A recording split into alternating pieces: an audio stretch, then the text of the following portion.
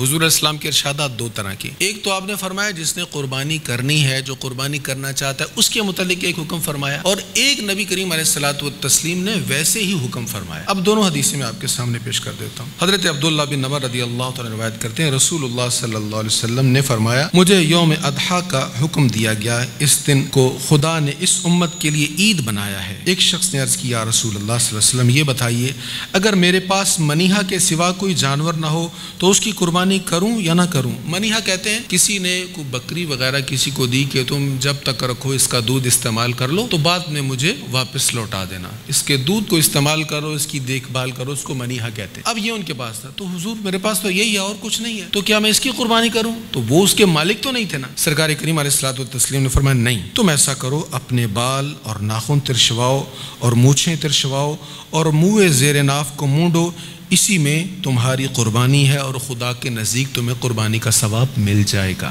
اب جس نے قربانی کرنی ہے اس کے بارے میں الگ حکم ہے۔ وہ حضور علیہ السلام نے فرمایا جو قربانی کی نیت کرتا ہو وہ چاند کے طلوع ہونے سے پہلے بال ناخن کاٹنا چھوڑ دے۔ اب یہ جو عمل ہے کچھ لوگوں نے سمجھا کہ یہ فرض اور واجب ہے، یہ فرض نہیں ہے، واجب نہیں ہے، مستحب ہے۔ اگر آپ کر لیں تو اس کا ثواب ہے، اگر نہ کریں تو اس کا کوئی گناہ نہیں ہے۔